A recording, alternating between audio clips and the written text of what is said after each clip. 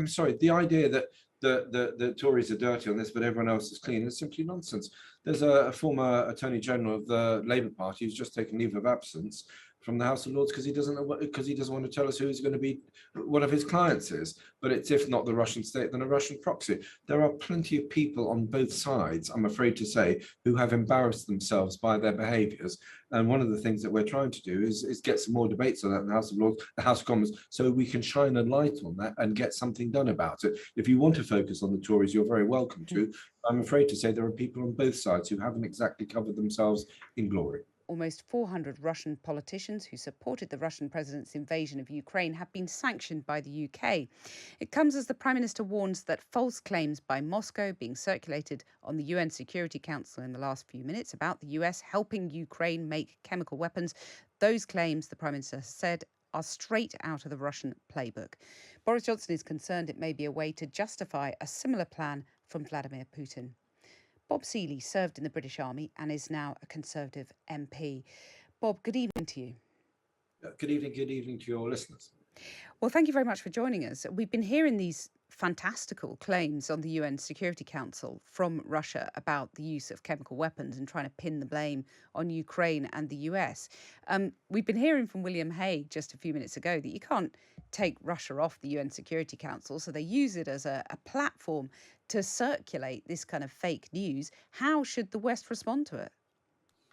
I think there are various ways of responding, but I mean, I think whatever, if they're used or not, we have to make sure that I'm afraid to say that we don't just seek to act for the sake of acting, because if we get into a direct war with the Russian Federation, this very, very bad war is going to get a whole lot worse. So what we don't do, and what we must never do, is react emotionally, not least because the Russians are very good at psychological warfare and may attempt to play us. Indeed, there is a whole body of Russian work, from the top secret work from the Cold War onwards, called reflexive control, which is designed to do precisely that. So if chemical weapons are used by Russia, and the signs are potentially that that is what is happening, there's not a red line, is there? We, at that point, the West would basically sort of wash our hands of it, right? No, there are lots of things to do, and just saying wash your hands. I mean, what we're not going to do is feed a news. I'm not suggesting for one second, Cathy, that you're saying this, but what we're not going to do, for the sake of the argument, is declare war on Russia to feed a news agenda, because that changes our world, and it means that very, very bad things could start happening with chemical and nuclear weapons across Europe. So what are the things that could be done? Okay, we press the Chinese more to say, look, Putin's your man, and he probably listens to you more than anyone else. Do you want chemical weapons to start being used by your ally? We can provide the intelligence. Either this stuff is coming in from Russia as part of conventional kit, or it's chemical, but it comes in an artillery shell, for example, or it's going to be coming in via the GRU Dirty Tricks unit that organizes the Skripal murder. But if we can find attempted murder, if we can find those people and target them, then we can give that information to the Ukrainians so that they can act. We can do other things like offering opt-outs from war crimes charges for Russian officers who disobey our orders. We can be supplying more CBRN kit. We can do what we're doing at the moment, and actually playing Putin actually quite well at the information strategy by highlighting that this is what it's going to happen, so the world knows not to believe him when he claims, when there's a dirty bomb explosion in a monastery in Russian-controlled territory in eastern Ukraine, which is then going to sort of inspire Putin and his allies to declare holy war in Ukraine. We could also keep talking to the Russians, because I think there's a lot of evidence that people are beginning to peel off in a way that I find slightly surprising.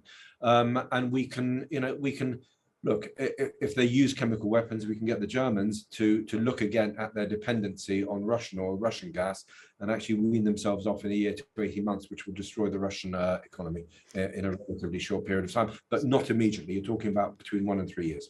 Well, and the sanctions are really stepping up a gear, and I know you've long called for that. Sanctions against Roman Abramovich, Oleg Deripaska earlier this week. Today, the US and the UK repealing Russia's most favoured nation status, and these sanctions from the UK government against members of the Russian parliament. Are you satisfied with the sanctions that are now in place, or do you think there are other measures that can be brought in You've mentioned some, obviously, different measures just now, but other sanctions that could be brought in? Yeah, I think there's actually something that we should have done now for about 15, 20 years, which is make sure that our own institutions are more resilient from unhealthy influence from the money that kleptocrats have brought in here. We should have done this years ago under New Labour, under coalition, under previous Conservative governments. So we need a Foreign Lobbying Act. Or Foreign Agent Registration Act, call it what you will. We need to reform data protection laws and libel laws to stop them being abused. We need to change the rules in the House of Lords so people can't just take a leave of absence when they want to go and work for a kleptocrat. We need to introduce changes to the law to make it more difficult for rich people, for kleptocrats to bring harassment suits, known as SLAPs, strategic lawsuits against public participation.